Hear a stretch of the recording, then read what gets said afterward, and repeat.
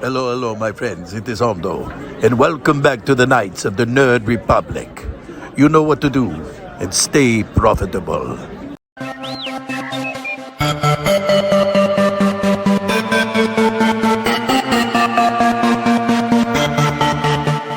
The Nerd Academy podcast is released weekly at 12 p.m. Eastern Standard Time, available on our website at www.thenerdacademypodcast.com and wherever you listen to podcasts. You can find the Nerd Academy podcast on Facebook, Twitter, Instagram, and YouTube. You can also help support the show by going to patreon.com/The Nerd Academy podcast, where every donation allows us to bring you more exciting content every week.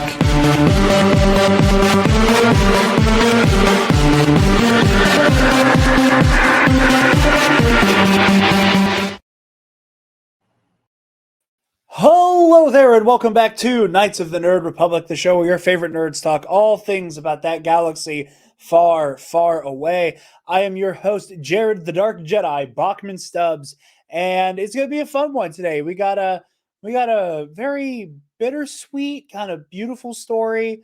We're going to take some pot shots, and then we're going to talk Bad Batch, and I'm very excited for this one. But, of course, I am joined by Kason Breon. Good evening. How are we doing?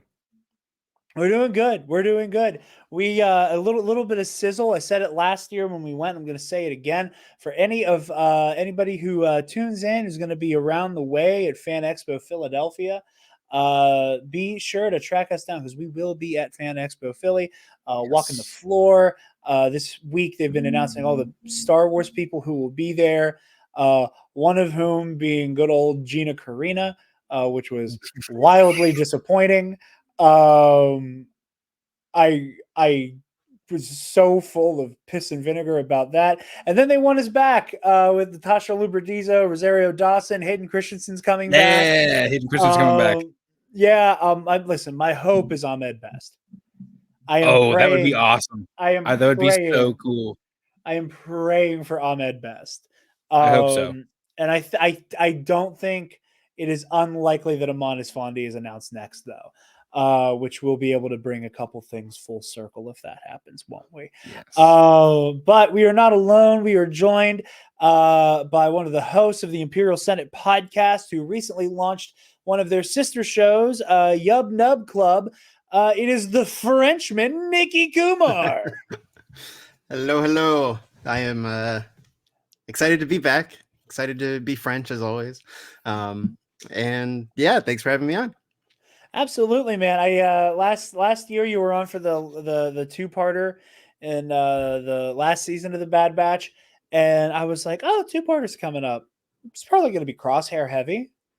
I hit up Nicky. It's like poetry. It rhymes. There we go. Some guy who drinks Diet Coke and eats Sbarro said that. But it's going to be a very fun conversation here today, guys. But first, before we jump into all that, a brief word from our lovely sponsors at Sunday's Bloody Mary. You all know the drill. Sunday's Bloody Mary has the most badass Bloody Mary accoutrement in the galaxy with their 3-time award-winning spicy Caesar mix, as well as their mild and traditional mixes if the spice ain't for you.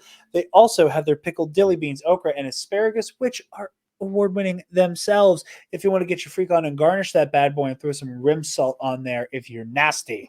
This former bartender makes a mean Bloody Mary from scratch, and at this point, I like Sundays over my own, and Sundays is the only pre-made mix I will touch with a 10-foot pole. You pick up some Zinzang, get that shit out of here. I don't even want to look at it.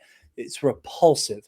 Sunday's Bloody Mary is the only pre-made mix I will touch. It is my favorite. It is the GOAT. And if you want to get your hands on a Bloody Mary mix that'll change your life, go to the link in the description down below and use code TNAP, TNAP at checkout to get 10% off your order and help out your favorite nerds while you do it. So real quick thing that we can maybe touch on. I don't know if anybody here has played it yet. When you're watching this on Friday the 15th of March 2024, the Battlefront Classic Collection is out. Has anybody here played it yet? Has anybody gotten their hands on it yet? Nah. Nope, not yet. No. Fond memories of the the original ones. I saw that Connor got his hands on it though. Yeah, Connor was playing. Connor, I will tell you exactly what Connor did. He did not tell me, but I can tell you. Connor and I think Connor and I do the same thing. And that is we play Rise of the Empire with the invincibility cheat on so that we can just fast track getting to each Tamora Morrison narrated journal entry. I'm almost certain of that. And the reason I know why is because Connor's, I think, first and only tweet about the Battlefront Classic Collection was, holy shit, the cheat codes still work. Yeah. So I have not had a chance to sit down and play it. I'm going to try to sneak in a little bit tonight, but who knows? The sleepy might catch up with me by the time I'm done getting the show posted up. But I am very excited to play it, excited to talk about it a little bit. Once more of us have gotten our hands on it, but that is out there. And, I heard it had a little bit of a rocky launch, namely on PC, which is, a little disappointing to hear. Sorry to hear that anybody was having problems getting, things up and running with that one. But again, I'm very excited to give it a whirl.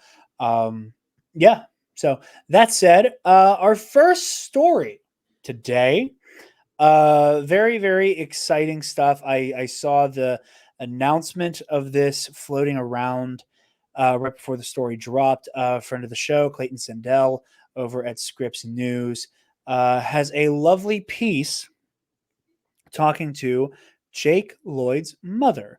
Mother of Star Wars child actor details his mental health struggles. This was really powerful, and it was very affecting. I'm not gonna lie, I got pretty choked up reading it.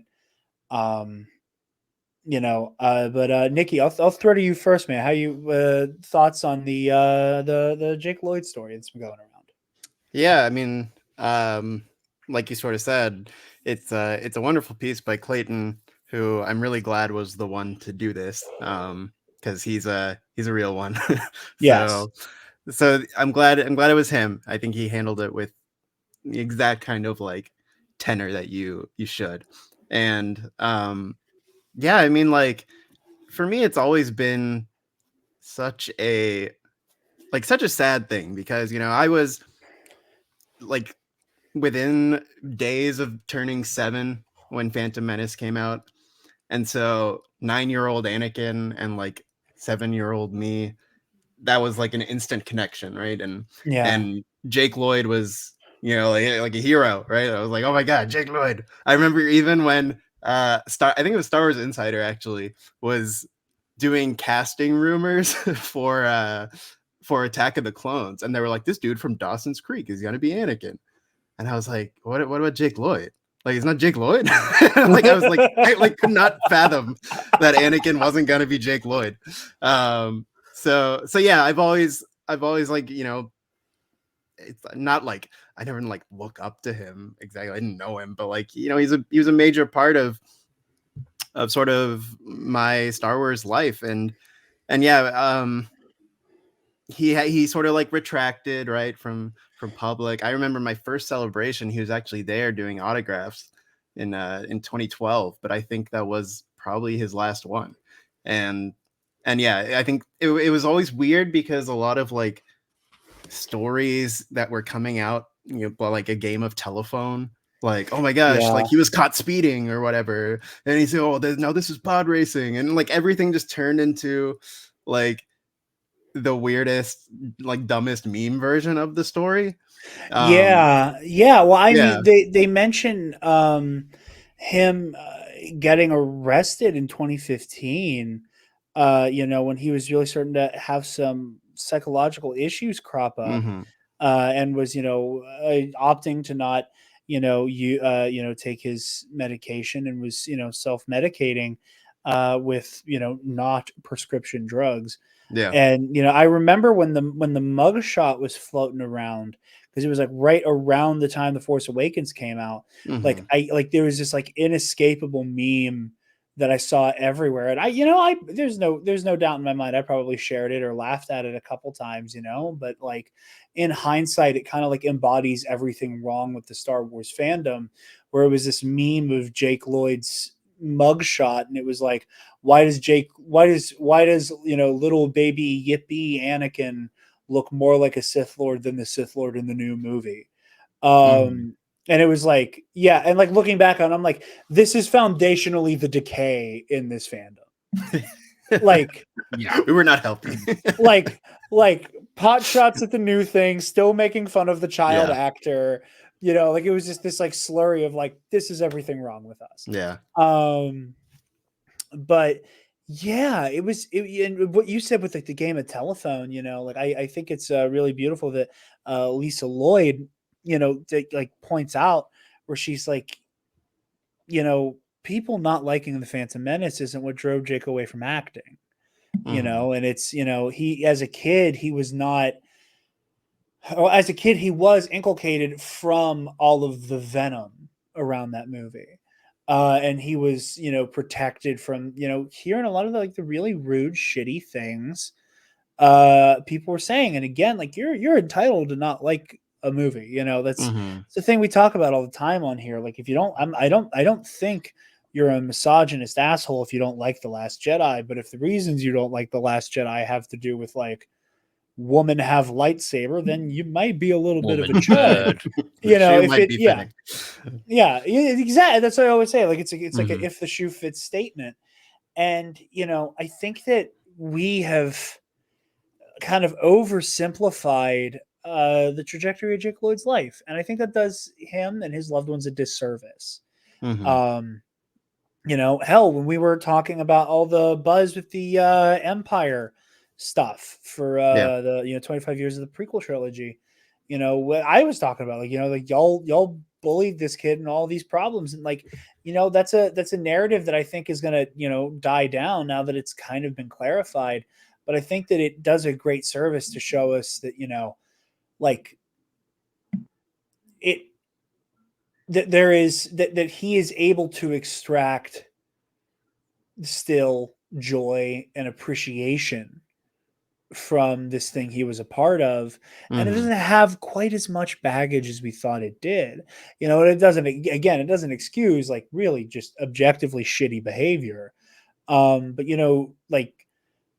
when I saw that picture of Jake and Lisa and the Ahsoka figure, like I cried. Like that got me. See, like having that visual, and like knowing that, well, if Jake is still up on what's going on, with wars, he knows that's his Padawan.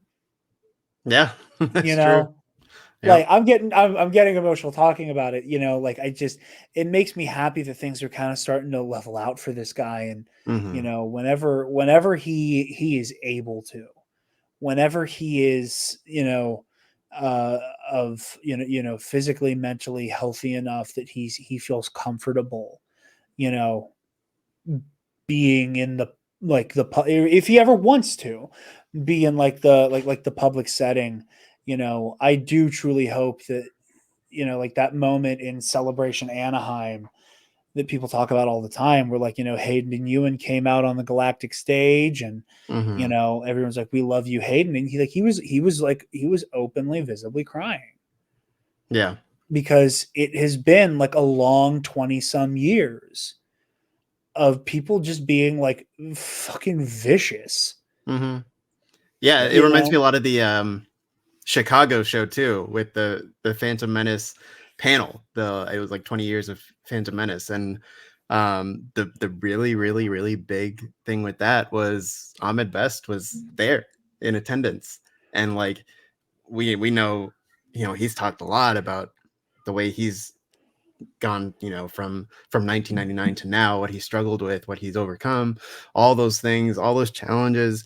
That's a whole other conversation, like thinking about how the cast has handled the past 20 years, because all of them are very different, right?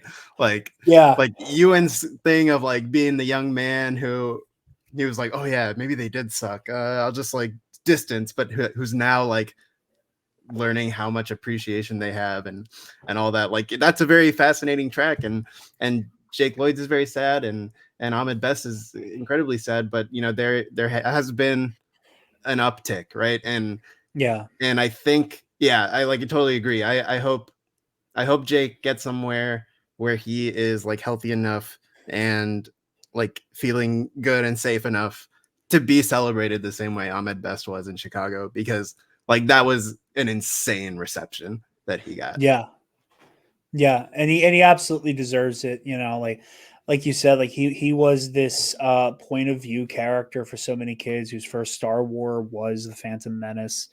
You know, again, it is very real, and in a culture that like simultaneously wants to sensationalize and borderline fetishize, you know, conversations about mental health, while another sector of the culture is bending over backwards to devalue those conversations. You know, I think there's a real rawness to Lisa Lloyd, like calling her shot. I mean, she said she went through a messy divorce, so I may be giving her the wrong pseudonym there. But for his mother, or pseudonym, surname, Lisa's her name, I assume. I don't think it's I'm assuming that's her government name. But the name she gave Clayton, so good enough. The name she gave Clayton. It's a Clayton name. But no, like I really do appreciate her calling her shot and being like, listen, man, like I haven't let my kids see that shit. You know, that like in high school, you know, like it happened, and it's, you know, not to excuse it, you know, like, you know, I can't pretend to be surprised that happened in high school. You know, I can't imagine, you know, being like a child actor who like was in like, you know, 2 or 3 biggish projects, you know, one of which being incredibly massive, you know, like you have Phantom Menace and a couple other things Jake was in, you know, that don't rise to the level of being fucking Star Wars. And, you know, teenagers just being a cruel, vicious lot that, you know, as they are. Let's make fun of the fact that we all have a DVD of you going, yippee! Teenagers are like analog Twitter trolls. Yeah, right. Like they're like a tangible prototype. It's like open mic night for trolls. They're working out their material in high school. High school's the acoustic Twitter comment section. Exactly. Yeah. My swirly in bio. But yeah, no, I just, you know, it's really heartening, and you know, I do hope Jake knows how much of the fandom is like unwaveringly rooting for him. Yeah, you know, like I said, like everybody's getting their time in the sun, but like there's nobody who deserves bigger apologies than Ahmed Best and Jake Lloyd. You know, and like it's one of those situations where, like, I know, like in particular, last season of The Mandalorian, when you know the Foundling, was the Foundling came out, that was the Keller and Beck one. I believe that's right. You know, there were so many headlines of like the redemption of Ahmed Best in the Star Wars fandom, and I know what you mean. I know what you right mean. Word. Yeah. He does not need absolution. Exactly. Right. He does not need absolution. You know, it's almost like redemption. He didn't have anything to prove. Yeah. Right. Yeah. You have anything to prove? You don't. There's no slate you need to wipe clean because you played Jar Jar Binks. That's fucking preposterous. You know, like it is. You know, Ahmed Best's restitution. You know, he's getting his due. He's getting his time in the spotlight, getting to do cool Star Wars shit that we can all appreciate and applaud him for, you know, and I think that you should be able to take Keller and Beck and Jar Jar Binks in totality and appreciate them both. If you don't, that's fine. But, like, don't be the assholes that we have been talking about for the last 25 years. Yeah. And, you know, the same goes for Jake. Like, I don't want to see conversations about redemption. I don't want to see conversations about whatever. Like, give the man his flowers, like there is a purity there to his portrayal of that character that is, that makes what we see and what we know is coming all the more powerful and tragic. And it just makes me happy to see him get his moment here. And Jake Lloyd, all the love in the world. May the force be with you, Clayton. Home fucking run, man. Home run. Like, this was like I said, it's just very, very heartening. And yeah, just I'm glad he's doing his thing. I'm glad he's getting better. Yeah. And like I said, that picture with the Ahsoka figure just Absolutely. in the parts that make you feel things. Mm-hmm. No, yeah, it's like you said at the beginning, like it's bittersweet because it's like we're getting the detail of how dark it got, but there is that little bit of like it's getting better though, and right, and yeah, it's like it's been a beautiful thing watching a lot of these people who suffered so much grief from their time in the prequels. It's been wonderful seeing them get back on screen and doing things, and like that's not at all what I want any pressure put on Jake to do, but it's like imagine if we did get there, it would be unreal. And like I just hope he again gets to that healthy place and just be able to really feel that love. Absolutely. I hope there is an open offer and invitation to have a walk-on role in something. Like if I know, and I'm one of the big proponents of the idea that, Keller and that somehow Jar Jar Binks is involved in the rescue of Grogu. Yeah. Because, he gets in the Naboo ship, is the Naboo guard that, ferry him away onto it and covering his escape. There's part of it's like, God, I hope he's going to Naboo. God, I hope it has something to do with Jar Jar. And on that same level, like, I want Jake Lloyd to get the whole Grogu. There's something to me that is very poignant about the idea of both of those actors, like, shepherding this avatar of, like, the youthful purity of Star Wars. And that would, y'all would not hear from me for days. I would just be curled up in a ball, sobbing. Just my whole bottle of peanut butter whiskey. Just, but moving along from somebody who has faced undue, unfair ire to somebody learning that actions have consequences. If you guys haven't yet, it is one of my favorite memes of like me reaping, fuck yeah, this rules, me sowing, oh shit, this sucks. If you guys haven't seen it already, I recommend you go back a couple episodes in the podcast feed on the YouTube channel. I had a wonderful conversation with Morgan Stringer.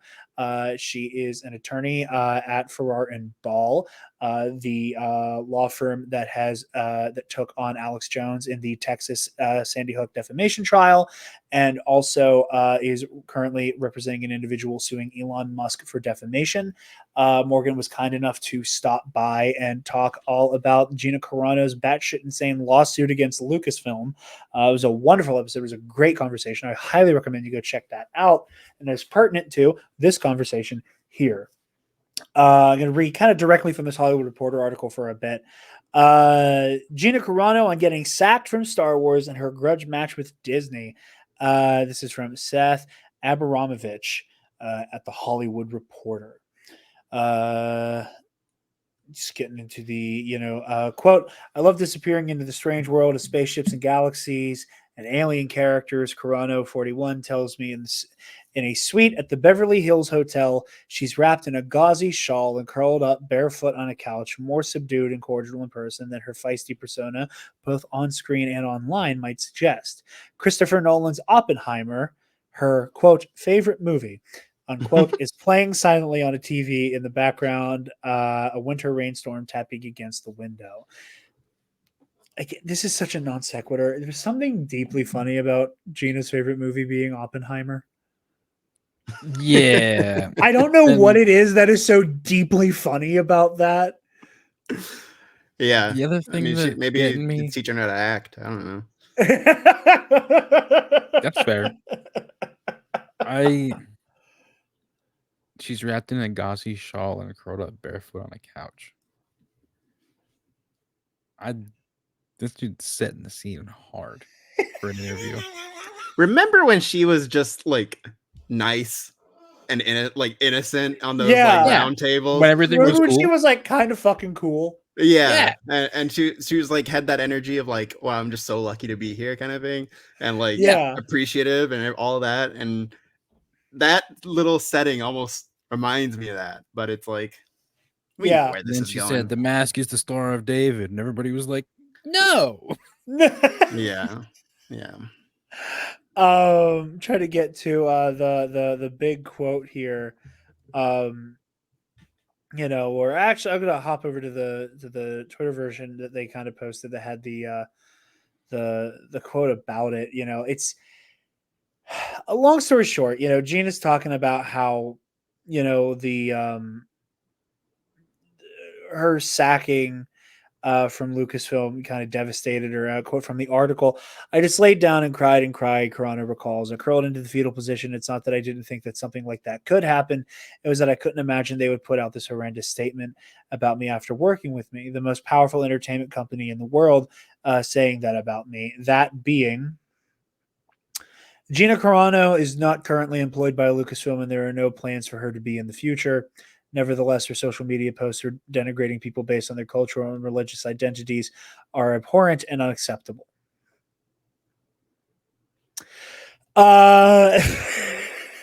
So vicious. The Eric Andre meme. Eric Andre is Gina Carano. These opinions, shooting her own career down. Why would Disney do this? Why would Disney do this to me? Carano sold her place in Hermosa Beach and bought an RV. She spent 3 weeks driving across the country, destination Nashville, where she met with the Daily Wire, the right-wing media company co-founded in 2015 by Ben Shapiro and Jeremy Boring. They hired her to star and produce a film, a Western from director Michael Polish called Terror on the Prairie, which debuted on Daily Wire Plus, or the Daily Wire website, June 14th. 2022. Much mockery was made of the online of the film, grossing only $804, a number that was seemingly taken from a box office website, which Carano says had mistakenly cited a single theatrical screening where no admission was charged. The plan had always been to distribute the film directly to Daily Wire subscribers. She, as we all know, she's currently, with the help of Elon Musk, suing the Walt Disney Corporation, namely Lucasfilm, to rehire her. Back to the article. Carano, who has never directly communicated with Musk, views the world's richest man as her guardian angel. "I think it's pretty incredible what he is doing," she says. "A lot of billionaires put their money into buying islands and building bunkers," which, just pause. Jesus. Feels dog whistly. I'm not going to lie to you. Knowing the people she's running with, knowing the kind of shit they peddle, building bunkers feels very doomsday bunker. And I think the island comment speaks for itself. Elon Musk is using his money to fight massive injustice battles. Musk, it bears nothing, bears noting, harbors a grudge against Disney, which pulled all the advertising from the platform after the mogul voiced support for a conspiracy theory on Twitter that claimed Jews promoted, quote, hatred of whites, and supported bringing, quotes, hordes of minorities, unquote, into Western nations. During an interview with the New York Times, Deal Book Summit in November, Musk said, "If someone is going to try to blackmail me with advertising, blackmail me with money, go fuck yourself. Hey, Bob, if you're in the audience, that's how I feel. Don't advertise. Which again, screams, please don't tell the newspaper I was angry. But yeah, I sincerely struggle to sympathize with Gina Carano. I really don't. I really cannot care. Yeah. Like on a human level, like I 99% of the time when a human being is forced to feel immense dread, I'm like, fuck, I'm sorry. That sucks. Right. Sure. I'll grant you that. But juxtaposing this with the Jake Lloyd thing, you're not facing this public ire because people thought at the age of 9 you were corny, annoying, and a bad actor. Mm-hmm.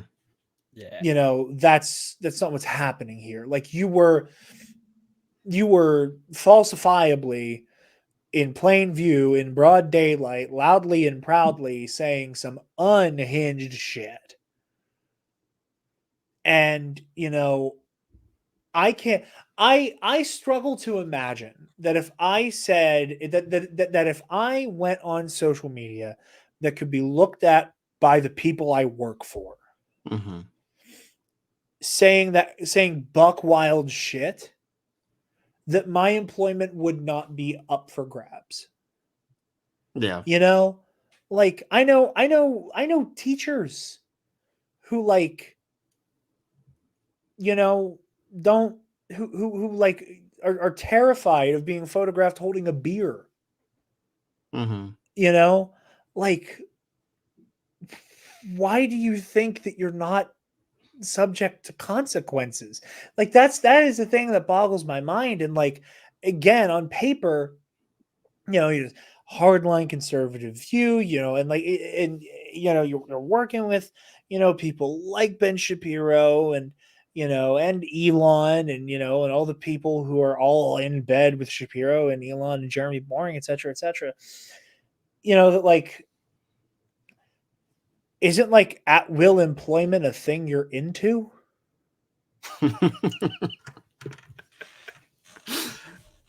It's yeah. It's like, a lot. Isn't that kind of the crux? Yeah. Is that I should be allowed to fire you because like I don't like your shoes? Like, isn't like I like on paper I thought y'all were into that. Yeah. I just truly don't get it. And not on that like facetious, like, oh, like this lunatic right winger is saying crazy shit and I'm going to pretend that I'm confused by it, even though I understand what they mean.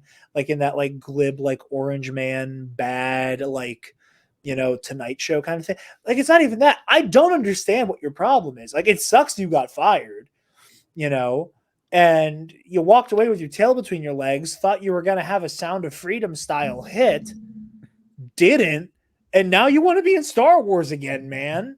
Like, you got to take that L. I don't understand, like, what the rationale here is. I'm just like, surely there was a part of her contract that was like, depending on your conduct, we have the right to let you go. Like, right. Like, that just seems normal. Like, I feel like that happens in anyone's job, right? Like, yeah. There's literally a code of conduct, like, everywhere. Yeah, like that's so standard. And like what's weird to me, especially about this, is she wants to be back in it. It's like, what a way to get rehired, what a way to get welcomed back into the building. I sued you. It's like it's so dumb. It's just so dumb. And this is something I talked about with Morgan Stringer in that episode, where it's like, it's not like Disney does not have like very loud, proud Republicans on their payroll. Mm-hmm. It's not like we don't have Tim Allen doing a fucking the Santa Claus TV show. Like, off the heels of making pronoun jokes at that when that show first came out. It's not like Kelsey Grammer, who's like evidently being like reintroduced as Hank McCoy in the MCU. which like again, god tier casting. I wish Kelsey Grammer was the last Kelsey Grammer. Yeah. I remember when I found out he was on Team Michelle Bachmann, and I was like, "What, Frasier?" Hey, yeah, exactly. Yeah, baby, I hear the blues are calling MAGA hats. Anyway, listen. I just need to full screen myself for a second. I don't claim her. The Bachmans do not claim Michelle Bachmann. She doesn't even spell it right. I'm just saying we don't claim her. But no, like it is mind boggling. Like Kelsey Grammer, fucking Tim Allen, like there are people with like questionable political histories and political beliefs that are very public that didn't get fired. Yeah. And you know why they didn't get fired? Because they weren't comparing wearing masks to the Holocaust. Yeah. Yeah.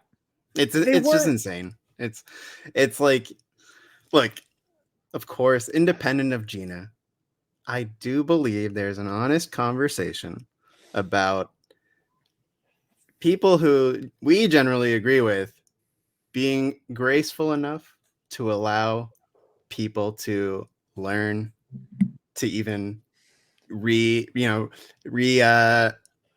the word, like rejuvenate, like come back in, Re-educate?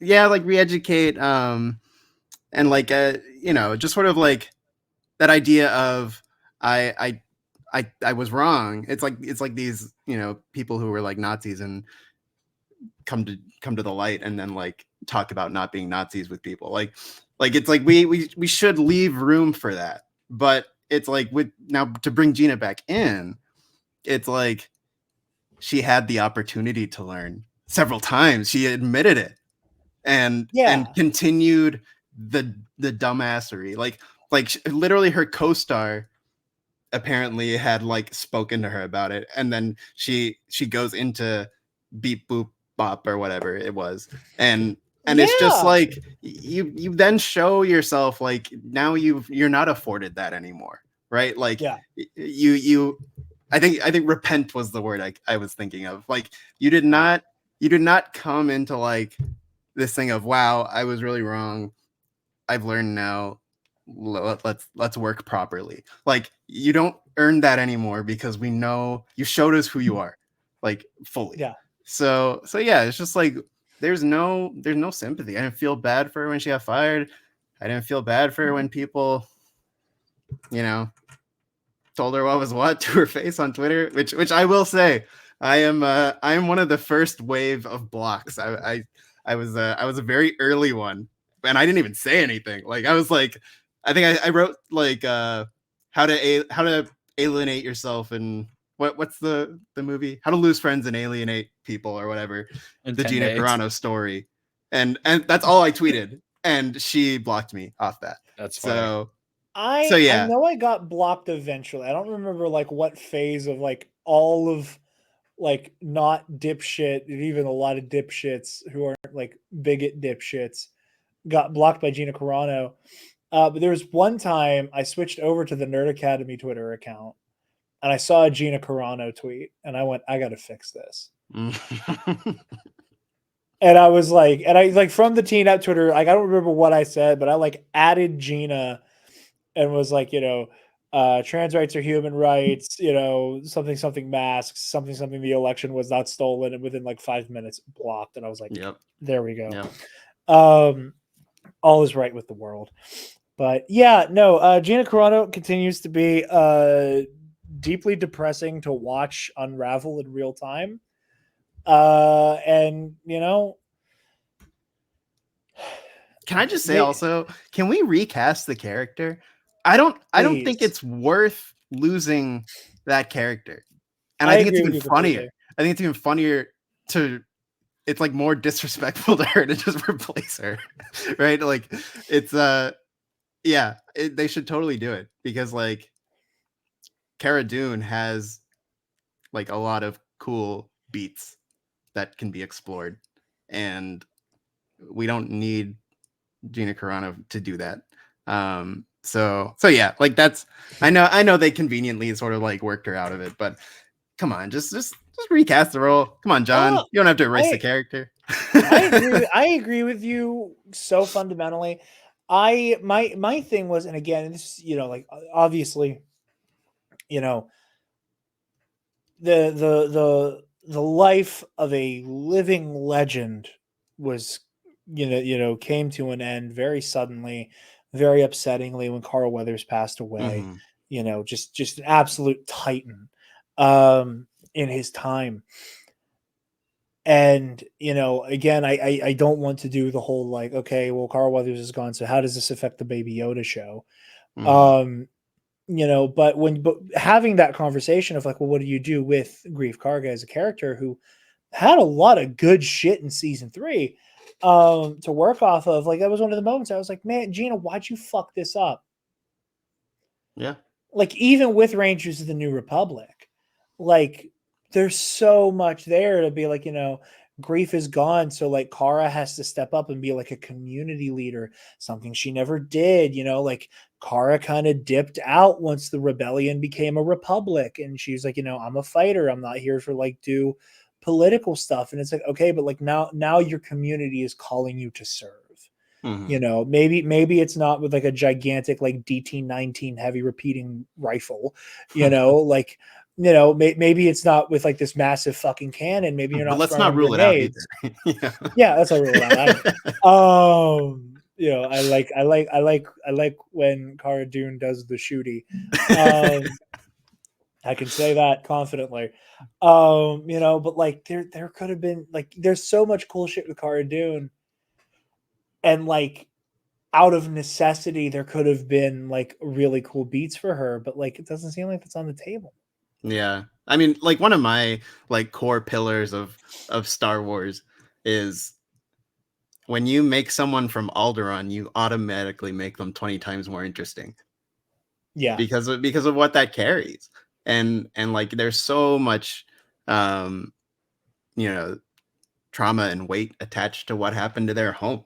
And like that is just would be an amazing thing to explore in a character in like a really sort of long sense. Because I mean, it's like we don't really get it with Leia. I mean, like that's kind of like the obvious joke. It's like, yeah, like Luke's all sad and she lost her play. Like, that's whatever. But it's like it's a good it's really rich storytelling to be able to have something that severe happen to like a set of characters.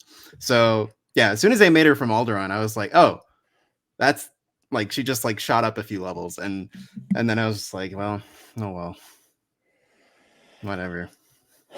Yeah, exactly. So moving on from that, Bad Batch. We got our mid-season episodes, our two-parter here at the midpoint of this last season. And this episode fucked. Episodes fucked. Nikki, I'm gonna give the floor to you first for some like overall thoughts before we kind of jump into the meat and potatoes. Yeah, I was surprised at how like loaded this episode was. Just in terms of callbacks, in terms of action, in terms of story, in terms of setup, in terms of like all these different things. There's so many aspects to it that are just going to be like the most exciting things going forward with this show. And I think the thing for me that sold it is my favorite Bad Batcher since they were pre-rendered animatics has been Crosshair. Always been Crosshair. And then when the show started, my favorite character introduced was Omega.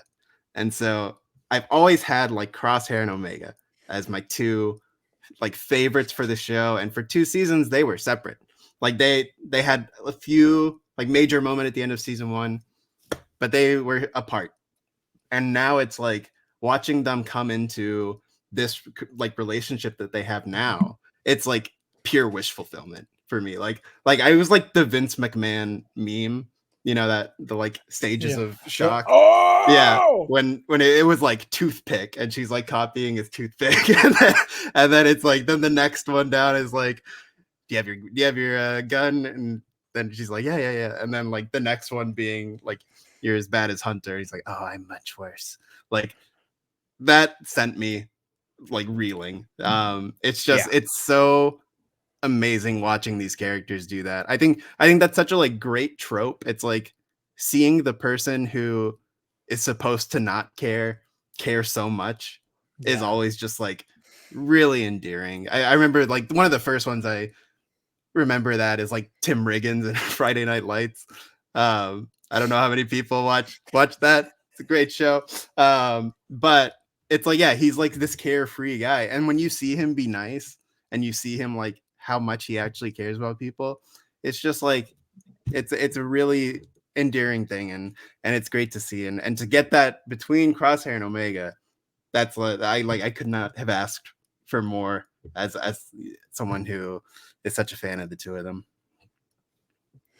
Absolutely. I think that's a wonderful thing to hone in on real quick. That, like, you know, there is this, it is so complicated because, you know, Crosshair is so okay with everything happening in the first season, and there is almost zero play between Crosshair and Omega in the second season, save for Crosshair laying it all on the line for her. Mm-hmm. You know, and that first act, you know, that kind of like trial by fire he has of, y'all, shit's fucked, get Omega, oh no, you know, like don't come here. Do not. Leave this place. It's really effective. And, you know, so much of, you know, seeing Crosshair come into his own is this, like, it is really beautiful. I love this idea that, you know, they really could have tackled it from the angle of Omega needs to like sell herself on Crosshair. Mm-hmm. You know, that it's like she kind of has to be like, hey, like, I'm pretty fucking cool, man. Like there was no, like, Omega did not have to pitch herself to him. You know, there was, Crosshair accepted what he did was wrong, and that the coldness he was giving her was coming from this like very complicated place of like self-loathing that Crosshair is experiencing. And that really soars for me, that you get these moments of, you know, oh, you're worse than Hunter, or you're just as bad as Hunter. No, I'm worse. And it's like, because I care, like I am so, because again, all of them would lay down their lives for her in a moment, but there's like a frothing at the mouth of like, don't fuck with her, that comes from Hunter and Crosshair that you don't get from the rest. Not for lack of caring, they just have that, you know, as a wise man once said, dog. Yeah, it's cool because it's like the other Batchers have had their trials with her, right? Like not in terms of like we have a problem, but like they've experienced a lot, you know. And it's like Crosshair hasn't really too much. Like he doesn't even say her name until season 3. Yeah, like, until a few episodes ago. Yeah, that's the first time he's said Omega. And so it's like now that he went through that with her, and she did go through that, like, I'm showing you who I really am kind of thing. And, you know, from why are you here? He's like, I'm not leaving without you. Like, what are you talking about? Like from there to how she handled the sort of, I forget, episode 4 stuff. I don't remember the name of that planet they were at. The name of the planet, I don't remember. Yeah. But yeah, like just the way she did that, and it's like through all those experiences, through him actually learning about her and seeing who she is, it like that, in the intensity of, ain't nothing gonna happen to this kid while I'm around. Like, like even later when he's like, I'll draw their fire, and she's like, I don't like that idea. He's like, too bad. Like just all those things. It's so great to watch, and it's so fun to see. Yeah, I think it's like the intensity is the cool part of it, right? Like it's not It's not like he's not even trying to play it cool. Like he's all out, right? Yeah. Like, and even to the point where like Hauser's like, we see how you are with the kid, like, like you're really like watching, and it's like, yeah, like he's not even trying to like fake his care for her. It's like upfront, he not care like what anyone thinks about it. Yeah, and I think there's also like again like it's a fun. I don't necessarily want to say subversion, but it's a cool like dancing around a trope of like what you were saying, like you'd think Crosshair is just like, I'm cold and calculating and I already have a cold relationship with my brothers as we kind of all understand that I'm kind of an asshole. And they all just kind of accept that I am a prick, but I love them in a prickish way. That you'd think that Crosshair would have this like, yeah, kid. Yeah. And then when shit gets intense, oh my God, Omega, are you okay? No. He's at 11 all the fucking time. Yeah. And again, I think a lot of that comes with that like ownership of like, I put you in direct harm's way multiple times. I owe it to you to act like a fucking crazy person to protect you. Right.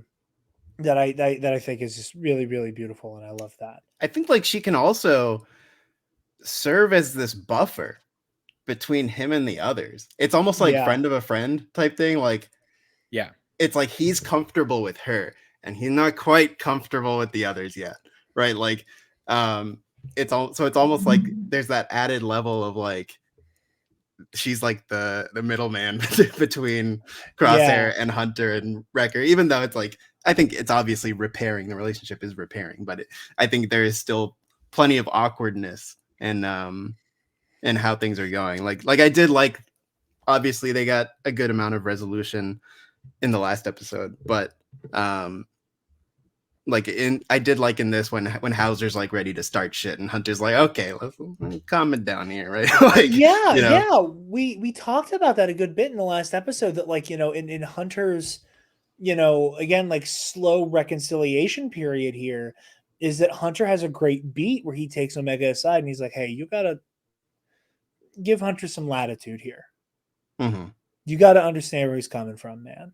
And that it was really interesting because like Hunter is not doing that for him in that episode, at least.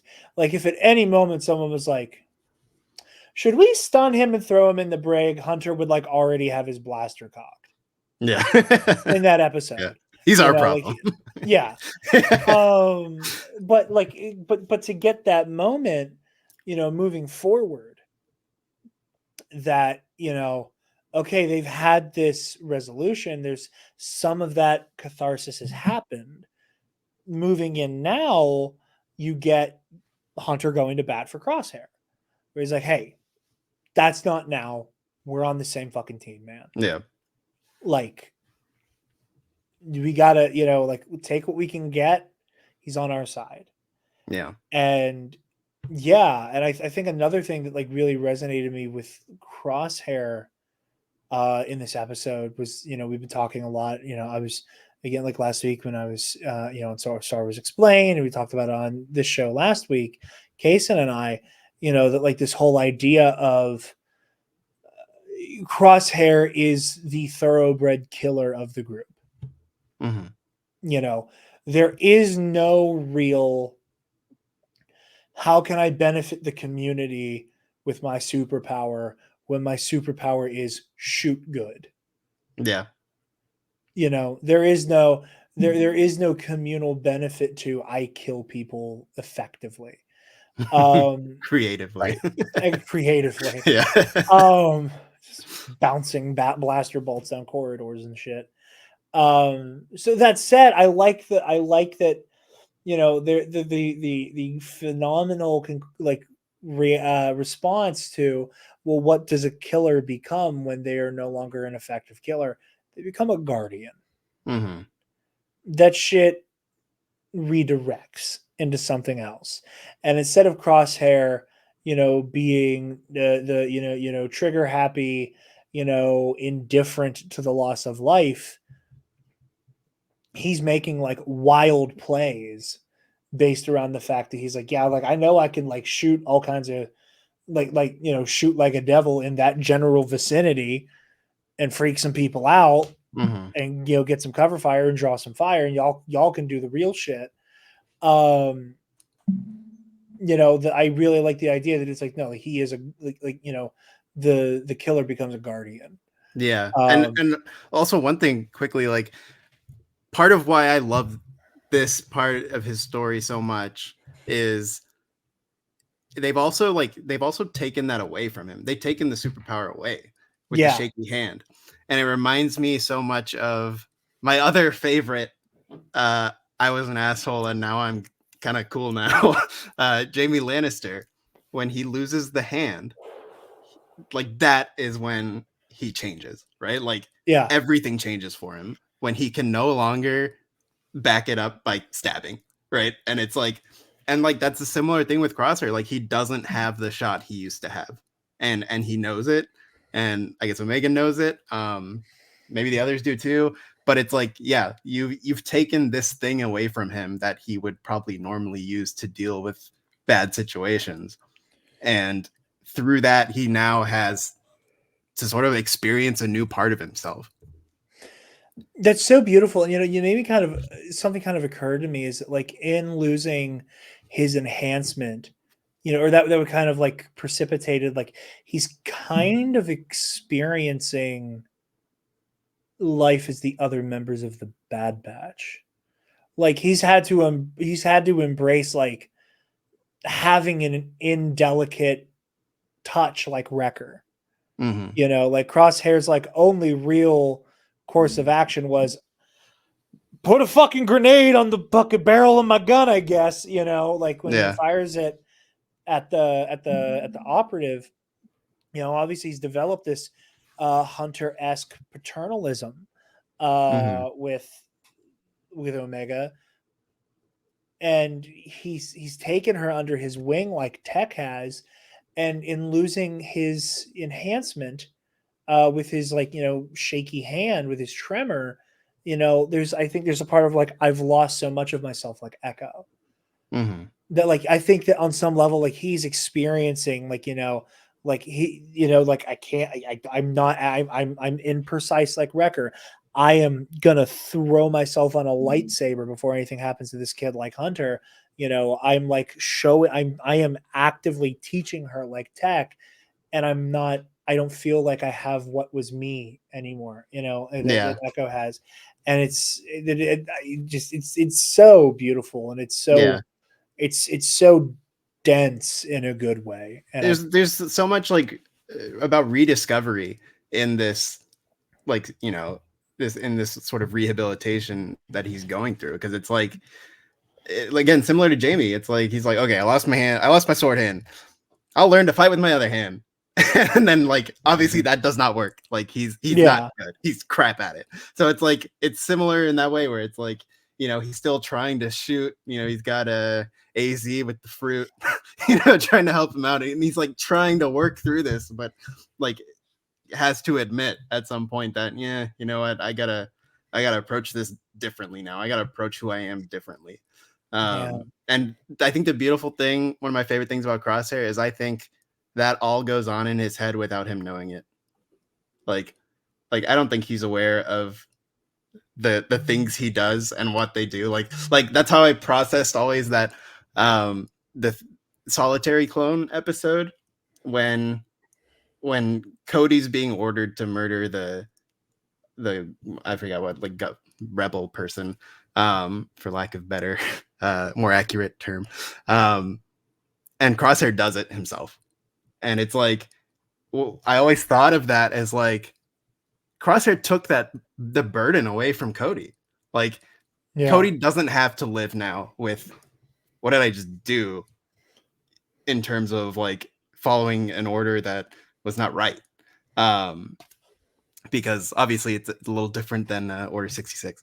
But it's like yeah, like, and I don't think Crosshair recognize that as, let me do it so Cody doesn't have to take that on. He's just like, I just did it because, like, let's get on with it, like, but like, yeah, that's sort of like sort of subconscious thing that like he did good without, or he took something on for someone else. Like he accepted the burden for someone else without really thinking that he was doing, like there's no nobility in that for him. Like he just did it. And yeah, I feel like that's such a like fun thing about him that at least I see, where it's like he starts changing, but he doesn't like say to himself, I gotta start changing. You know, it's like it just kind of happens.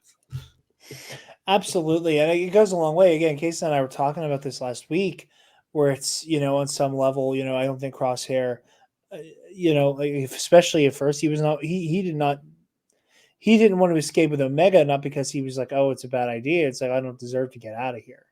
Mm-hmm. Like he's condemned himself. And, one of my favorite beats in last week's episode, what I think it might be one of my favorite single moments in the Bad Batch, is that, what'd you do to get on the Empire's bad side? I'm a killer and a traitor, just like you said. He does not take the time to be like, and here's the noble reason why I shot an Imperial officer in the back. Yeah. Here's what here's actually, I actually did the right thing, is what happened. Right. No, I will be the monster you think I am. And I think that like, unconscious, like so willing to shoulder burdens for others is such a great, like, seasoning on his character. Yeah. Yeah. Like I love that you said monster, because that's the immediate connection I made in season 1, especially, was that you're a monster. Yes, I am. Right. Like it's exactly that.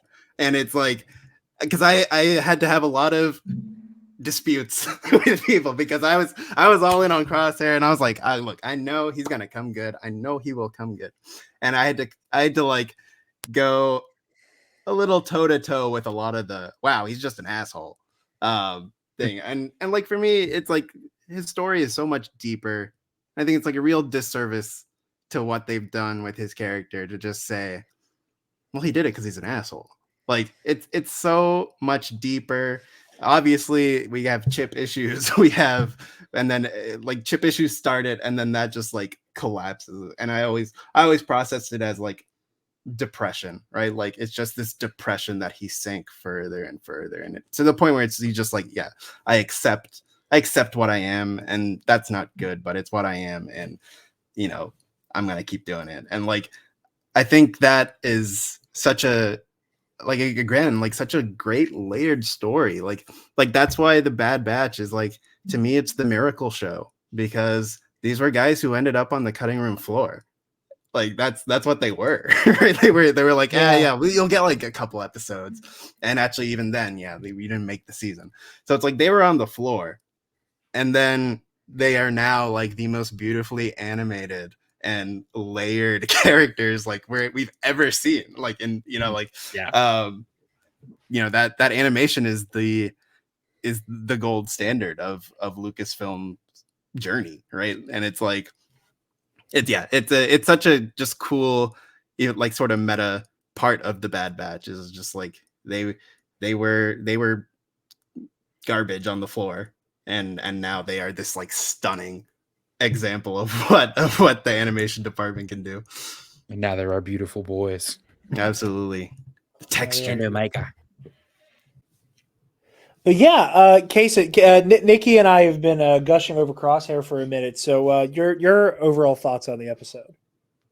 I like the episodes a lot. I think, like, as you guys have said, it's very cool to see Crosshair both dealing with the fact that his thing is deteriorating, and seeing how he overcomes that in different situations, and at the same time, like, taking on like more and more of a like protector and like almost like second fatherly role to Omega. And I think it's going to be cool to kind of see him and Hunter's egos boil over who is actually going to be like dad number one. Yeah. I think that'll be fun to see. I also I'm excited to talk about crackpot theories. Oh, absolutely. Because I've seen plenty of them. Oh yeah. It's like Uh, Kason's crackpot theory corner is slowly becoming a segment. Dude, I love it. That's great. I love it. Kason, Dude, like, I I'll just be, really like scrolling through Twitter, and like my Twitter is such an odd mix. 'Cause it'll be like it's a lot of Star Wars stuff now since I've been on the podcast because I've followed like all the other podcast people, and like so like I get all like the Star Wars like news and stuff filtered in, and like everybody's videos suggested and all that stuff.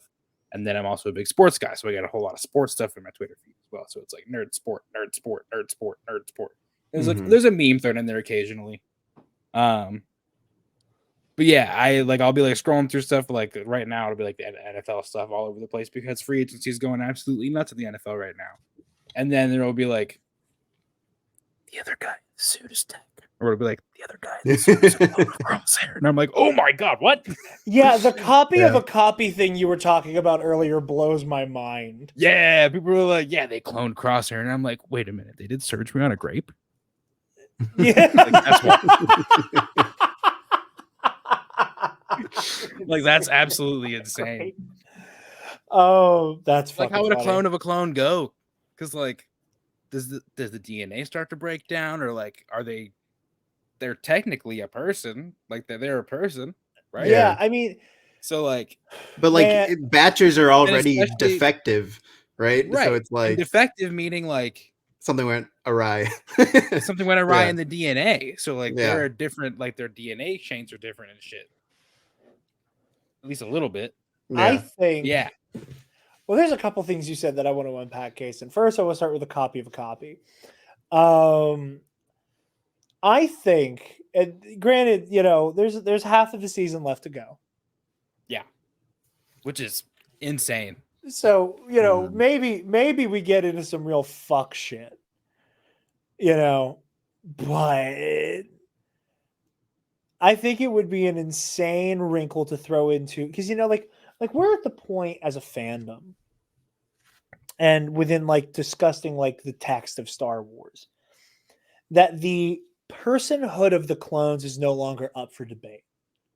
Right. Like it's one of the things that I've enjoyed the most about revisiting Clone Wars and showing it to my girlfriend for the first time is that like she had this culture shock of like going from, well, yeah, like clones are people, like her favorite character is Boba Fett, so like on some level she's like, well, clones are people, duh.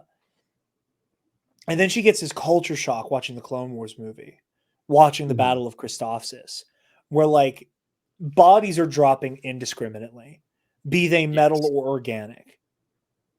And it was just so much carnage and so much violence and so much death. Yeah. That she has this weird moment of like, does the show want me to think they're people? Because like they're dying as much and like framed identically as the droids, the way that like it's just bodies.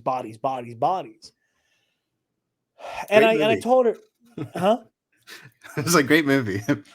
Bodies. Oh yeah, I just realized I did that. It's funny. It was very, very clever.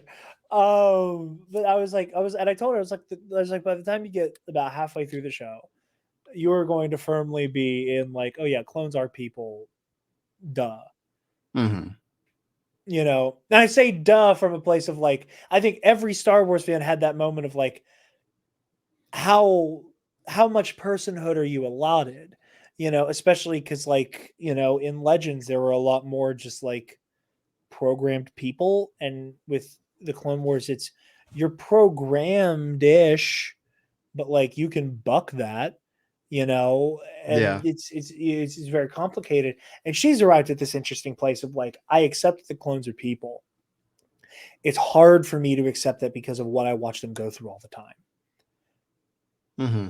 Which I think is really interesting. So I say all that to come to, if the clone X's, the clone operatives, these like Black Ops clone guys with these kick-ass helmets, if they are copies of a copy, let's follow the logical conclusion here. Well, it's not all of them. Oh Because no, we know just the like one that that they specific captured. one that he showed off with. That one is different. Yeah. They've made enough. They made 'cause, enough like, even when it point that talks he's different somehow. Yeah. because, like, the one that Rex and the boys capture talks just like a normal clone. He's got the Aussie accent. And then the one that is activated then, like, as soon as he calls in, he's like, "Why have I been activated?" And he has, like, the kinda, like, slowed down, like, tempo when he A talks, similar kinda like speech Crosshair pattern, but does. yeah. Yeah. I Mhm. see that. I mean, even if it is just the one, like Yeah, the and copy of it's a copy, like you were saying, like there's going to be a genetic breakdown.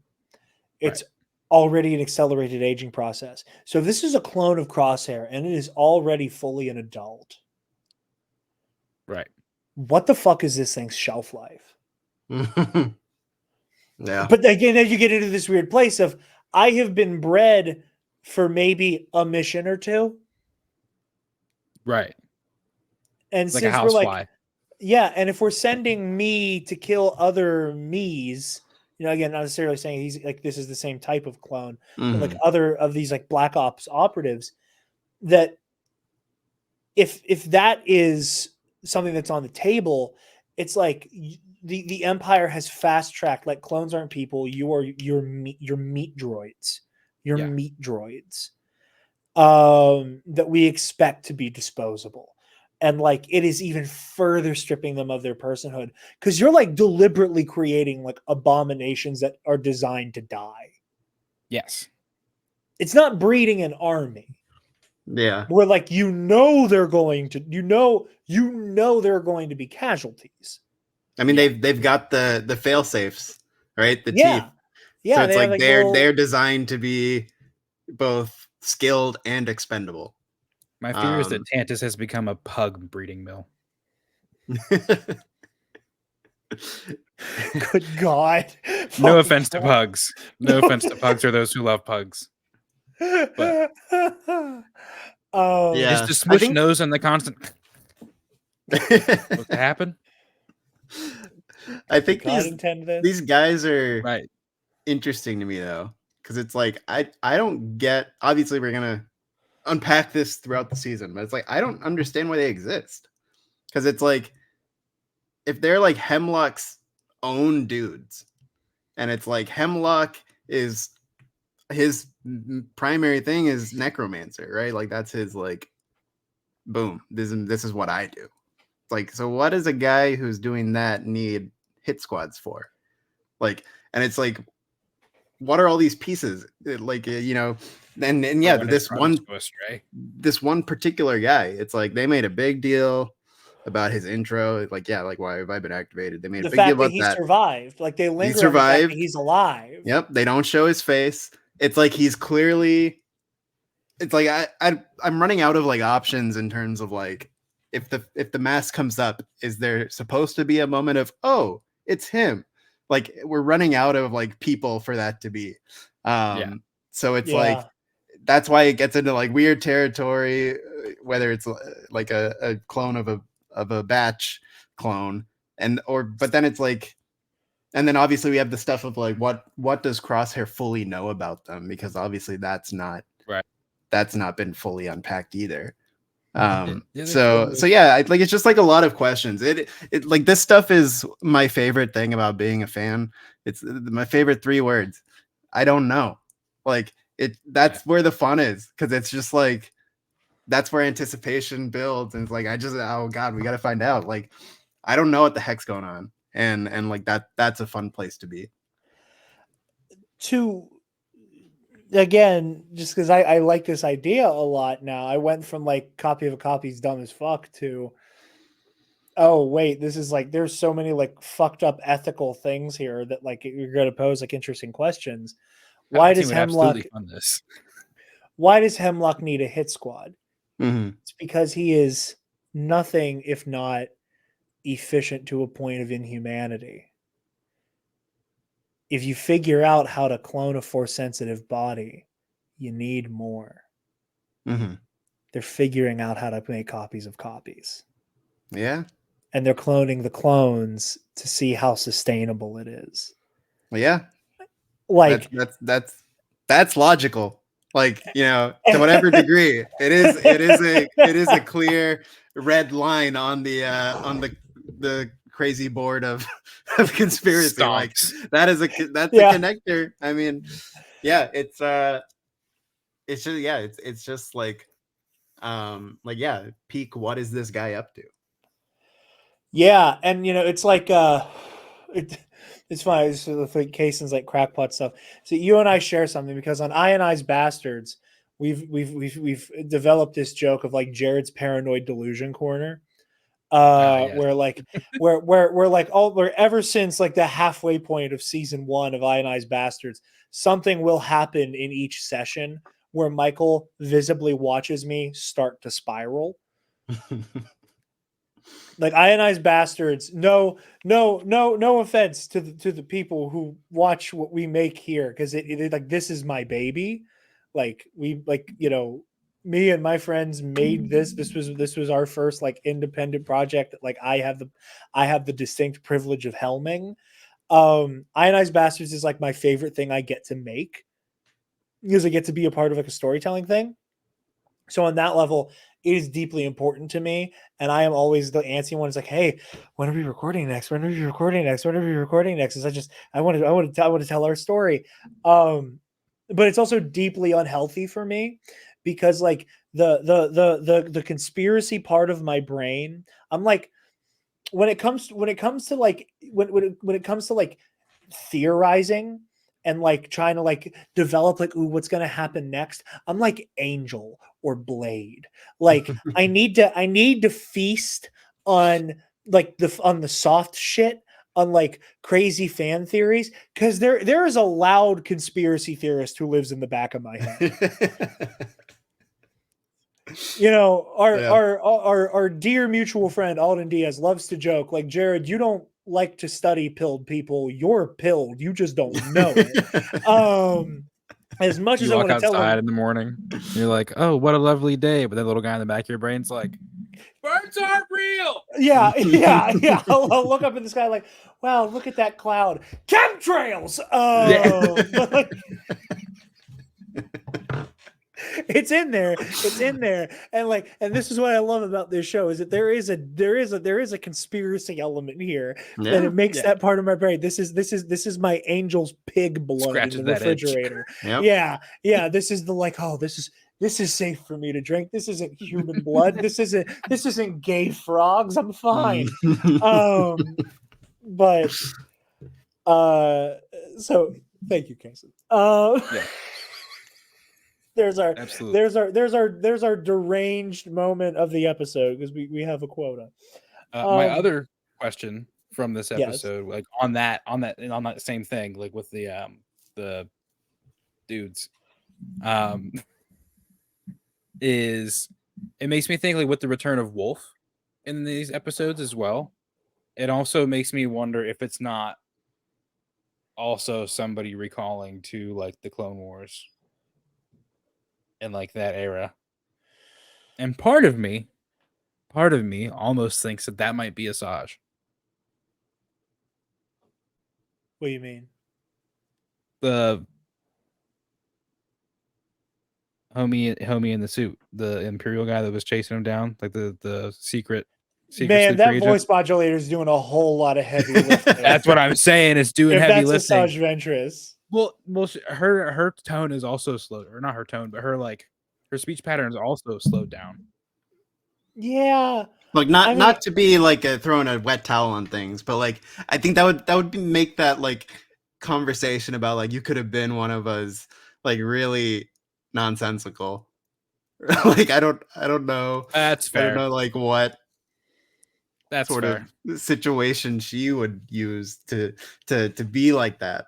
I also, again, not to boohoo, and I know that right now we're in a part of the show where we're just saying wild shit we're just saying for things. the sake of like a thought exercise. I also I heavily bump up against the idea of Asajj Ventress serving the Empire at this stage of the game. Yeah, that's fair. Like she's gotta. I'm like, I don't necessarily know if Asajj Ventress knows that Darth Sidious and Chief Palpatine are the same fucking person. But like she's got to be like, wait a minute, I know that nose to chin. He looks like him now. Yeah, she's like, Can't escape that. There's a Yeah. lot of hoods right now. But no, yeah. I mean, moving into like the greater part of the episode, the greater elements of the episode. I really am. I talked about this a lot with like Andor. Hmm. That one of the things I think that I love so much about Andor is like is I like to phrase it as like painting in the negative space of hope. Hmm. And that like normally when we talk about dramatic irony, it's in terms of tragedy. Things like Anakin Skywalker saying, "Well, I didn't think anybody could kill a Jedi." Things like that. Is like normally what we think about. But like I love the optimistic dramatic irony that is at play all the time with instances like Bad Batch, like Andor, that are so very much rooted in this sense of like, what do we do about the Empire? Yeah. I'm glad you brought that up. Like, what can we do about the Empire?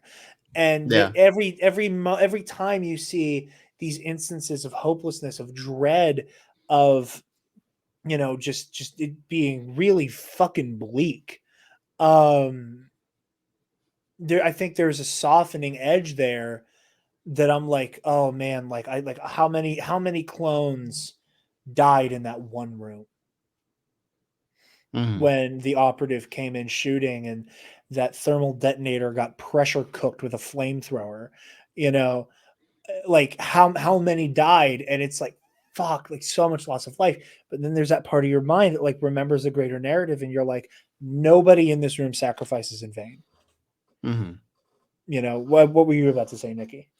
Yeah, like I one of my favorite episodes from season 1 is the one I think it's called Common Ground, where they extract the dude who was at the beginning of this episode.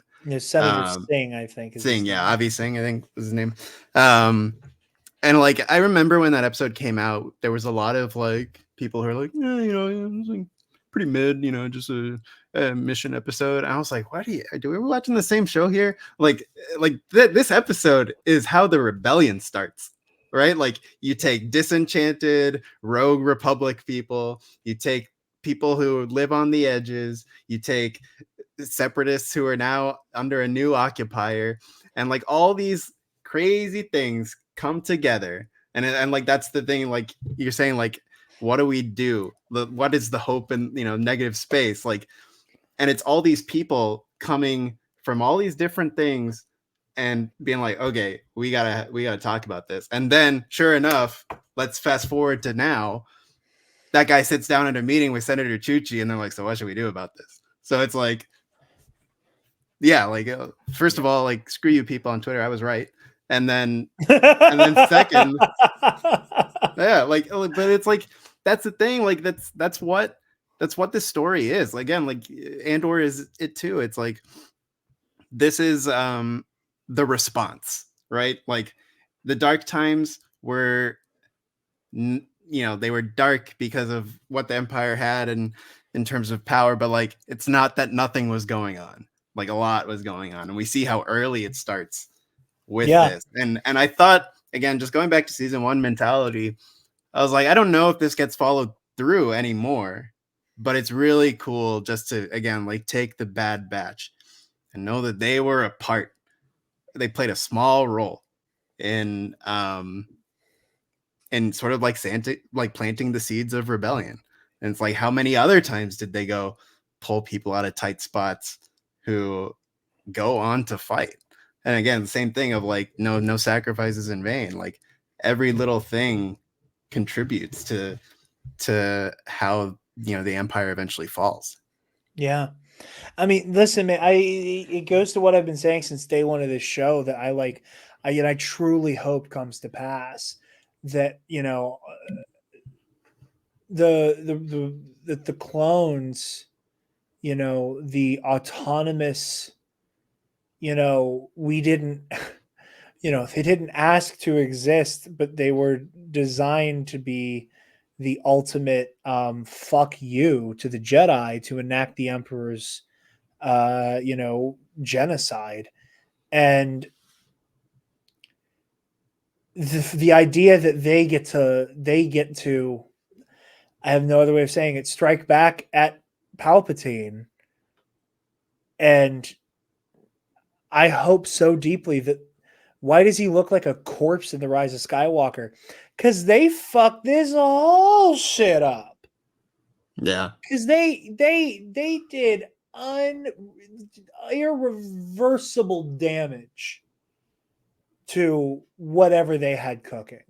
Yeah. Like again, what I want to happen so badly is, had it not been for Clone Force 99 and Captain Rex and Commander Wolf and Hauser and Screwball, whatever the fuck that was, and all of these people, had it not been for all of these clones, like come time for the Rise of Skywalker, that's the difference between he's a corpse on a hook who has like 10 minutes to really fuck shit up and give Rey the opportunity to clap back, versus you show up on Exegol and you're looking at Matt Smith.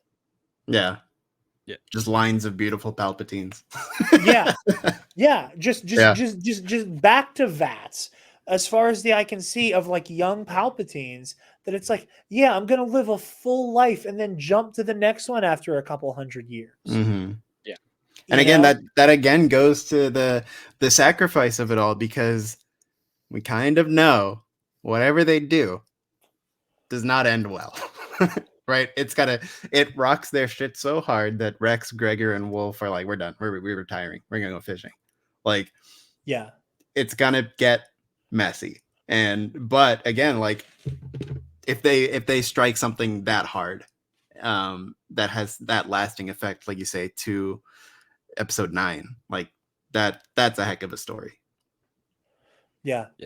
That's the part that kind of excited me too, was I realized when I saw Wolf come in on that cruiser with the other clones, I was like, oh shit, like this has to be where Wolf and Rex reunite with the boys, and then they're like, okay, we're gonna go live on this fucking sand planet somewhere. Like, something has to happen here that brings them back together as a little squad. And I was like, that's gonna be very cool to see.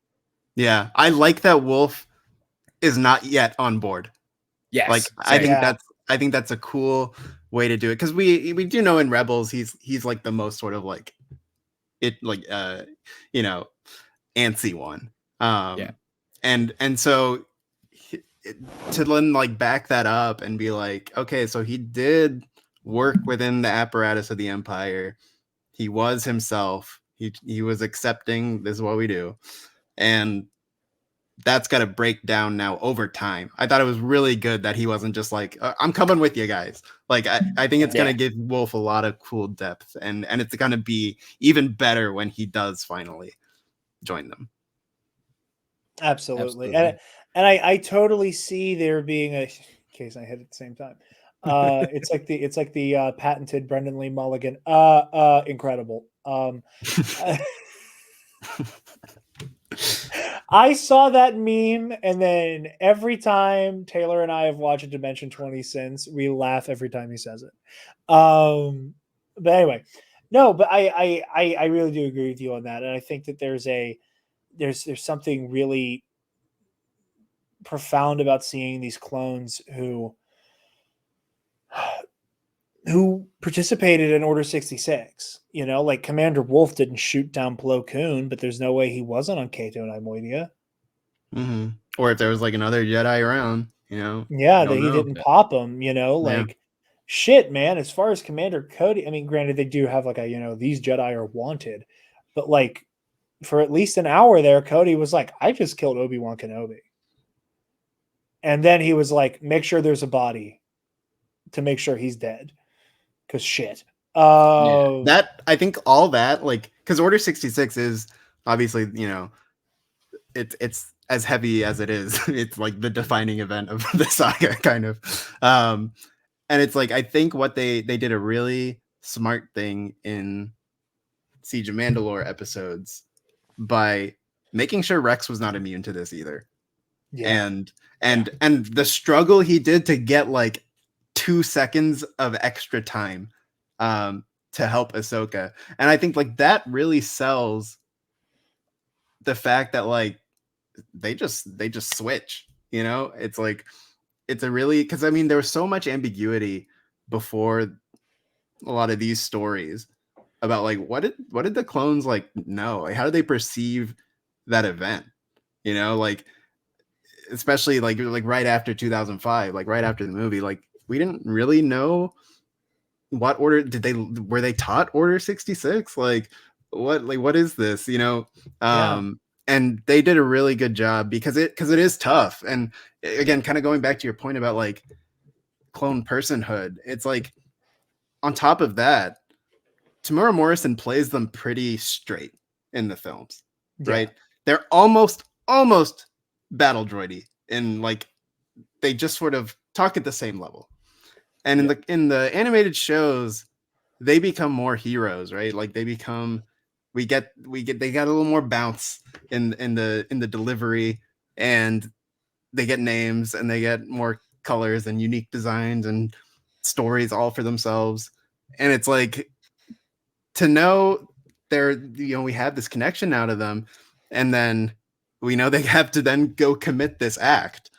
It's like, how do we sort of like keep that in mind? Like we can't just like hate all these people now, right? Like it's the strangest thing. And I think by making through Rex the most trusted clone a fan could have put in front of them, by showing the like immense struggle and power of what Execute Order 66 did to them, it makes it not like, it doesn't absolve the whole thing obviously, but it's like it makes you understand the clone ideology and how complicated it must be for them right now, because it's just like, because like they're hopeless. They were hopeless against it, right? Like if Rex could not fight the Order, what chance did anyone else have, right? Like it's so like it's a very smart layer they added on, I think, in doing it through Rex,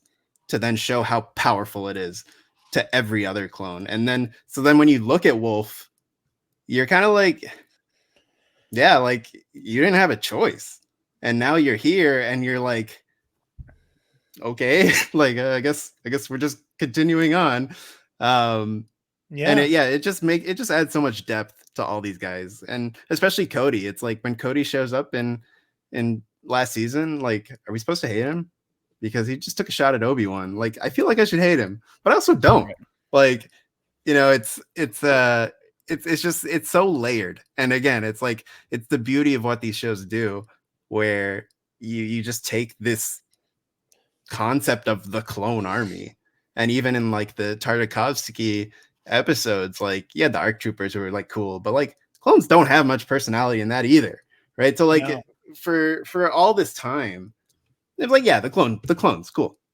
And now they've just created such a like layered, nuanced, scary like story through all these heroes. And there's a sincere horror to it. Yeah, there's a sincere horror to this, you know, and it is something that, you know, is like, you know, I have every intention of, when I'm done with this and I get the episode posted up, I'm like playing a little bit of Battlefront 2. And you know, as much as I fucking love that story mode, you know, like there is intrigue in, you know, like as I've always liked to talk about it, like it feels like the clone trooper, like Dyer, the 501st journals feel like, you know, like CIA Black Ops shit. And it's harrowing because of that, especially when you get to Nightfall, where it's like, yeah, we always knew. And then some stuff in Legends was like, you know, Order 66 was a long list of shit's fucked, do this. That everybody agreed to, because, you know, the Jedi were like, well, we'll never have to, you know, I think we'll never have to do the, hey, the Chancellor's fucked, do a coup order.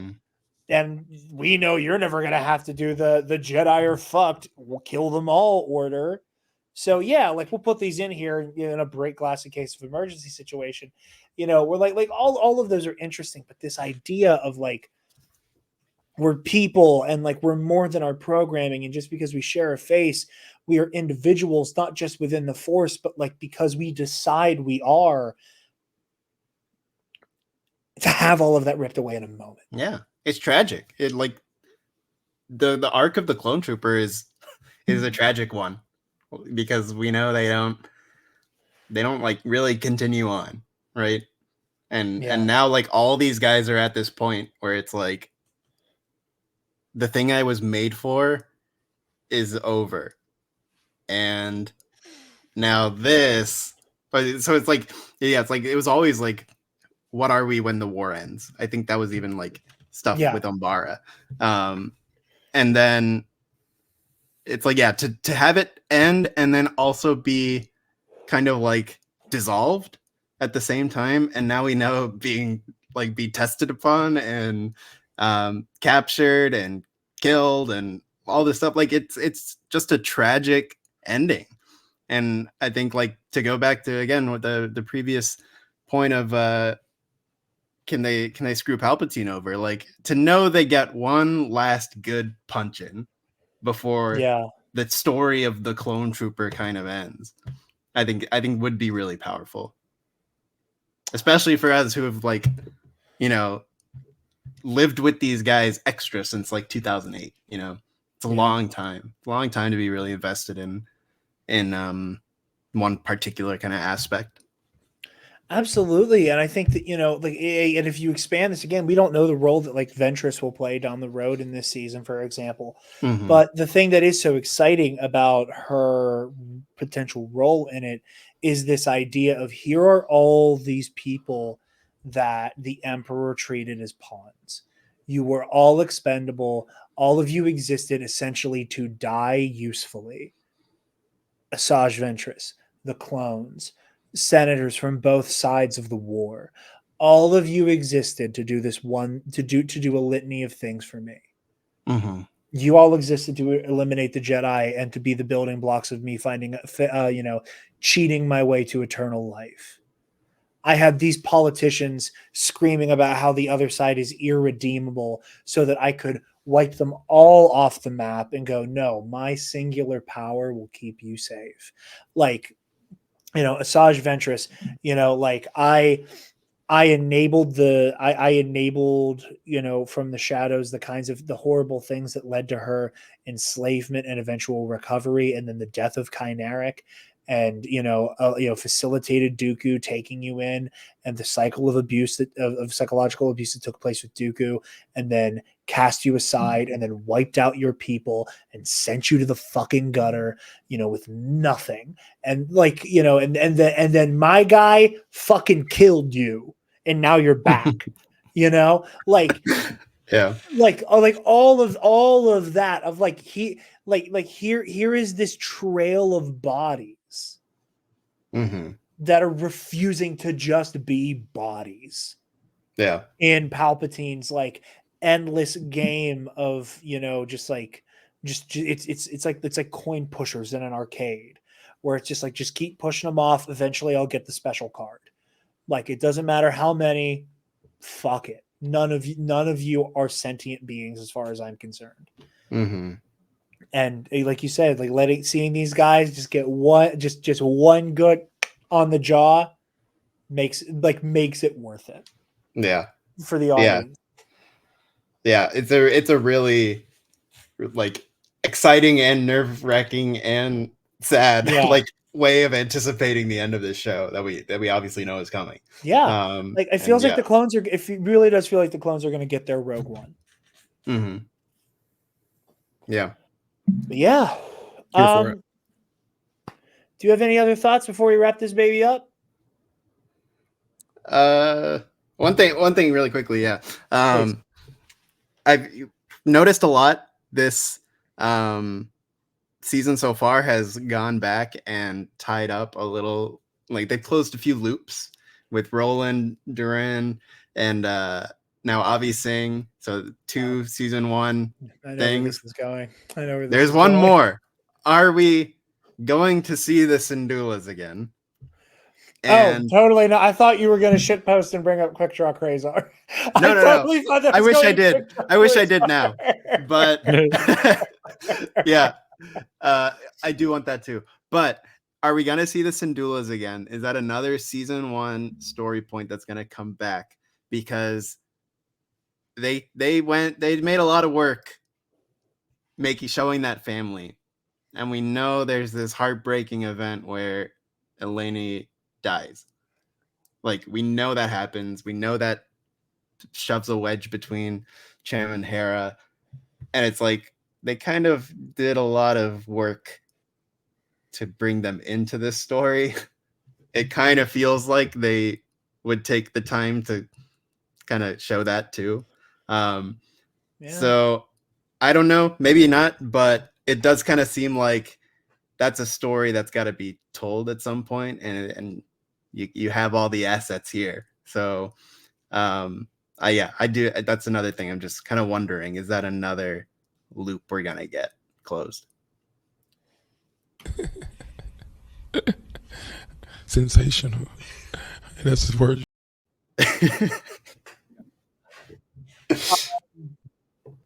Yeah, well, with that, I think that's all we have. So, Nikki, can you please tell the lovely people where they can find you and what you do? Yeah, you can follow me at Nequitious, as you can see on the little name tag thing. That's where you get my strange ramblings of whatever is going on. And then you can check out the Imperial Senate Podcast at Imp Senate Pod on Twitter. And you can just find that on wherever you get your podcast feeds. As Jarod mentioned at the beginning, I just started the Yub Nub Club. It's a kind of free for all, who knows what the heck's going to happen show. And the first episode is hopefully coming out either end of like this weekend or early next week. And that was a cool talk I got to have with one of my longtime friends about the video game industry, amongst other things. So that's going to be an exciting thing. And that's kind of like the only active thing, but there will be other things cooking up until like the summertime. Stuff will pop up. Absolutely. Once House of the Dragon comes back, Casterly Talk with Ken Knapsack and Alden. You were on their like little Oscar recap they did on Anytime. That's right. Yeah. Correct? Yeah. We just did a kind of short overview. Well, we say short. It was over an hour of like overview of the Oscars. By the standards of what could happen with you, Alden, and Ken in a call. Yeah. It had to be reined in. So yeah, those like little things come up. I contribute to Casterly Talk when things are in season. So yeah, follow me. You'll get pointed in directions eventually. Absolutely. Nikki is hands down one of the most intelligent and thoughtful people in this space. And again, these are one of those like, if you're here and not there, I don't know what the fuck is going on. So yeah, go check that out. Kason. Yes. I'm on Twitter and Instagram at Cray Breezy, like it says on the box somewhere. I never remember which side it's actually on. Band stuff in my bio. Not in the band, I just manage the band. I post their stuff on social media. Anyway, yeah. I'm also here. Jarod, where? You guys can find me on Twitter and Instagram at DarkJedi2552. And you can find the Nerd Academy podcast on Facebook, Twitter, Instagram, TikTok, YouTube, wherever you get podcasts, and at our website, thenerdacademypodcast.com, where if you want to show your teen app spirit, you can go ahead and click that student store link. T-public.com. And if you're feeling generous, you can chuck a buck to our Patreon. Hey, give me $1. Speaking of our patrons, thank you to our $10 alumnus, Keandre Lloyd. Colin Provolone. Sir. So good.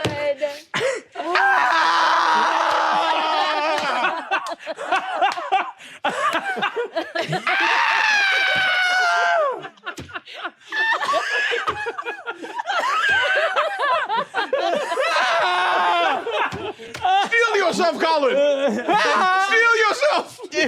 He's stealing my zone. And to listen, whatever Keandre was like, oh, I'd love to mention 20, make my new patron shout out clip at D20 thing. And it was the day the finale for the Ravening War came out. And I was like, yeah, clip. And to Paco, aka Chat GPT. All right, ladies and gentlemen.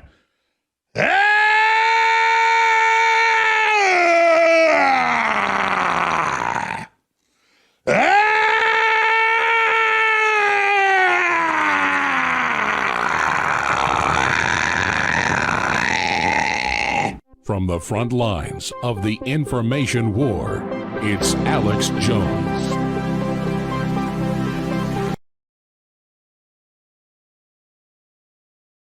The guttural's crazy. It goes so crazy. And to Ray Clausen, who asked that you donate to Equality Texas and help keep queer kids safe in the Lone Star State for a little bit of sizzle and promotion. Well, another thing, Nicky has an Epic Confrontations match coming out before the end of the month. He goes head-to-head with Sean Room of Bogus Cantina. I got to watch that match. No spoilers here, but it is a heater, so be sure to tune in for that. Speaking of Epic Confrontations, folks, many men wish death upon me, but now by extension, Kason is also going to be getting that heat. If you haven't seen that, go look on my Twitter. Kason made an amazing fucking Epic Confrontations promo, apropos of nothing. No, like Kason made a joke where he's like, I'm going to set you talking shit about Alden to Many Men by 50 Cent. And I'm like, haha, that's funny. And then a day later, I'm like jaw in my lap. I was like, oh my God, he cooked. Like this is the EC version of the like Stone Cold, The Rock, Limp Bizkit, My Way promo. Yeah. No. So Kason is going to be making his Epic Confrontations proper debut. You got to show up during the Hyperspace Gauntlet. But Kason and my team's ban is over next month. Let's go. Which means I'm back in the fight. There we go. Which means I'm scrapping in teams again. It's me and Kason. It's the Jedi Lords going head to head with the Chungus Eternal, with those boot licking carny huckster fucks. Chumpus Eternal, more like Chumpus Eternal, Chudus Eternal, Chodus Eternal, whatever you want to call it. We're gonna make fun of the Chungus part because Kason and I are about to prove there's not a motherfucking thing eternal about those cucks. Okay, so tune in. That's going to be the April Epic Confrontations match. Okay, the Chudus Cuckternal is getting their shit rocked in April by the Jedi Lords. They're about to make that a big goose egg and two. Okay, we're following in Nicky's footsteps, putting these motherfuckers in the dirt. Okay, so tune in for that. Coming out of kayfabe, another thing that features Alden and Michael. Ionized Bastards. You have a new episode coming out today when you're watching this. I believe this is episode 5 of season 2. Let me double check that because Michael just sent us the thumbnail for the new episode actually in the group chat we're in. So let me double check that. Oh God, I forgot he counts the episodes like The Mandalorian. Oh no. So this is episode 12 overall. Mm-hmm. Shit. Okay, the new episode of Ionized Bastards is out today. It's a really good one. We haven't had a combat episode in a while, so a little bit of sizzle. It's a combat episode. It has a batshit crazy ending that sent me spiraling. When I spend very much the entire back chunk of the episode just holding my head in my hands. So that alone is fun. I'll give you even a little bit more sizzle. I'm not gonna tell you what. But we fight a cyborg version of one of the 3 beasts in the Geonosian Arena in Attack of the Clones. I will let you all wonder until you watch this week's new Ionized Bastards as to what fucking abomination we had to deal with. But let me tell you, it was horrific. And there was some low HP by the end of the session. So check out Ionized Bastards. Stay tuned for Epic Confrontations. There may or may not be another fun little versus stream. I know it's right on top of our giveaway stream we did this past week. Also, congratulations to friend of the show, Commissioner of Epic Confrontations, Eli from Star Wars in a Galaxy. He's also a $5 patron, and he won the tournament bracket giveaway. So he's going to be getting his hands on some free TNAP merch. If you want to check out the Versus series, subscribe at the $5 tier. Darth Malgus versus Mace Windu is coming soon with another match for March right behind that. But the stream we're planning on doing, again, we're trying to iron out some scheduling things. It may not happen. It's kind of up in the air. But if we do get to do it, last year I decided for my birthday I wanted to do a Star Wars Jedi Council March Madness stream, which was a lot of fun. And if things pan out the way we'd like them to, this time around, it's going to be a Dark Lords of the Sith March Madness versus bracket. So, yeah, and I'm pretty happy with this line. Very tight. So here's hoping the scheduling lines up for this, because I think arguments will ensue as they tend to. We will yet again see if Alden Diaz can make sure that Darth Vader does not make it very far in my goddamn brackets. Yeah, so like I said, there will be updates for that in the coming week if it does come to pass. So stay tuned for that. So yeah, I don't think there's anything else. So like I said, like, comment, share, subscribe, do all that stuff. Patreon.com/Nerd Academy Podcast. $5 tier gets you access to our Patreon exclusive content, and the $10 tier gets you a shout out at the end of every episode, like the wonderful little slideshow you got at the end there. So again, and thank you all so very much for watching and listening. Nikki, thank you for joining us. This is a wonderful conversation. God help you if you bring me on Yub Nub Club. My condolences in advance for how I because it will happen. It will happen. So yeah, everybody will have time to prepare, I'm sure. Listen, the last time I was invited on a Star Wars podcasters show where they get to talk about whatever they want, it was mid 2021. Kanye wasn't a Nazi yet. And Donda was about to come out. And this is back when time now. Huh? That's how we measure time now. Yeah. It's like before and after Kanye became a Nazi. BBY, before the Battle of Yavin. Yeah.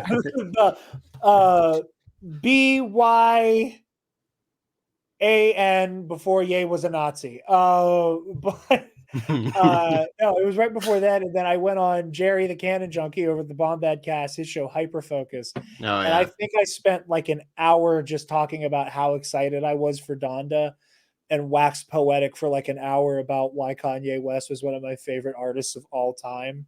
And it's just a great little monument to me. Just that, like, Alden can give me all the L's he wants. That's the biggest one. There's nothing, there's no level of shame comparable to publicly being a Ye fan right before it happened. Like tweeting constantly about how good Donda was. Just in time. Yeah. Damn it. Anyway, thank you all so very much for watching and listening. We are honored that you have joined us, and may the Force be with you always. Stop! Move away from the cookie jar!